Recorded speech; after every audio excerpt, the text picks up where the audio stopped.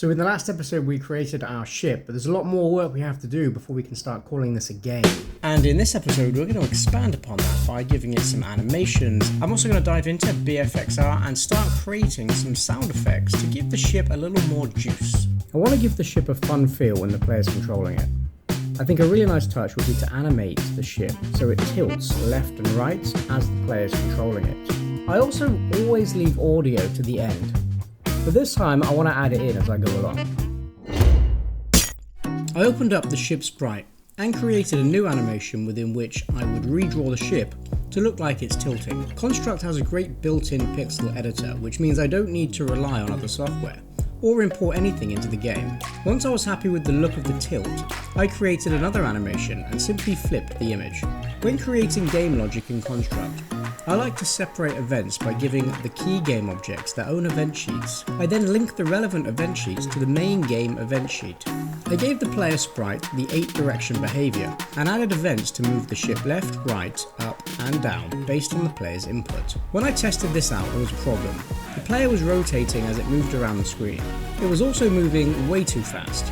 I fixed these issues by changing the set angle property from smooth to no, and playing around with the speed, acceleration and deceleration properties. I also created an action and set the player sprite animation to the tilt animation if the A or the D key was down, and set it back to idle if neither key was down.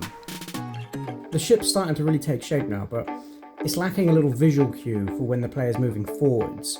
So what I want to do is add in a little thruster animation that shows as you're accelerating. I created a new sprite and drew a pair of fireballs, giving them the double white and black outline as I did with the ship. I set the animation to play on a loop and attached it to the player's ship using a hierarchy.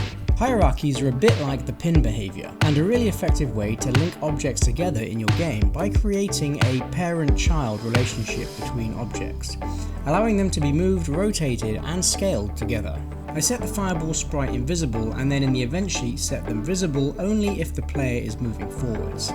Do you think it works? Let me know in the comments if you think I could have done this a better way. Okay, we've now got our player and it can move around the screen, but we're not quite finished yet. We need to go back into the game and give it a shooting mechanic so we can actually attack things.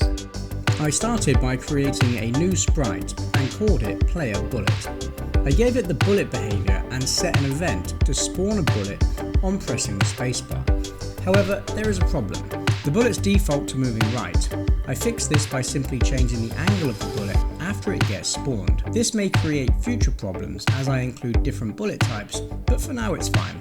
The next problem we have is that when the spacebar is pressed, multiple bullets spawn and fire at the same time. We need to include a cooldown to control how fast the player can shoot. This cooldown can be changed based on the weapon and fire rate, but we'll cover this later as we build more of the game. For now, I just added a timer to the player sprite and set it to 0.5 seconds.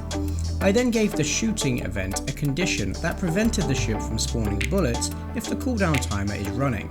I also added a rotate behavior to the bullet because I think it looks cool, but when I tested the game it made the bullets rotate around the screen instead of just rotating around themselves. After some quick debugging I realised that this was because the bullet's behavior set angle was checked. Unchecking this fixed the problem and I think the bullets look pretty cool. Lastly, I gave the bullet the destroy outside of layer behavior, so that the system will automatically remove the object from the game if it's outside the layer. To finish off, I added the audio object to the game. I already do have some audio effects bundles that I purchased before, but I want to make everything from scratch this time round. I'm doing this with the help of BFXR, an online tool for creating unique sound effects. You can choose from preset sounds and then tweak aspects such as sustain time, attack and many others to change the tone, tempo and pitch. Well, you get the idea. I created 2 sounds for the player shooting, a sound for when the player gets destroyed and some sounds for the thrusters when the player is moving forwards. After some playing around with each, I finally settled on this.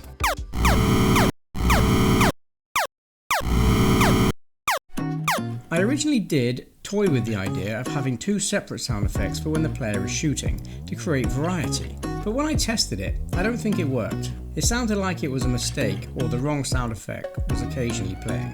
What do you think? Should I change it back or keep it so it's just the one sound effects?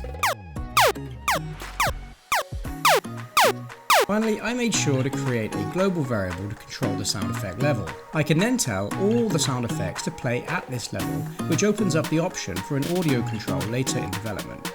If you're enjoying the series, make sure to subscribe so you don't miss any episodes. In the next episode, I'll be creating something for our player to attack, the first enemy. I'm also going to have to start thinking up names for the end of level bosses, so if you have any ideas, drop them in the comments below.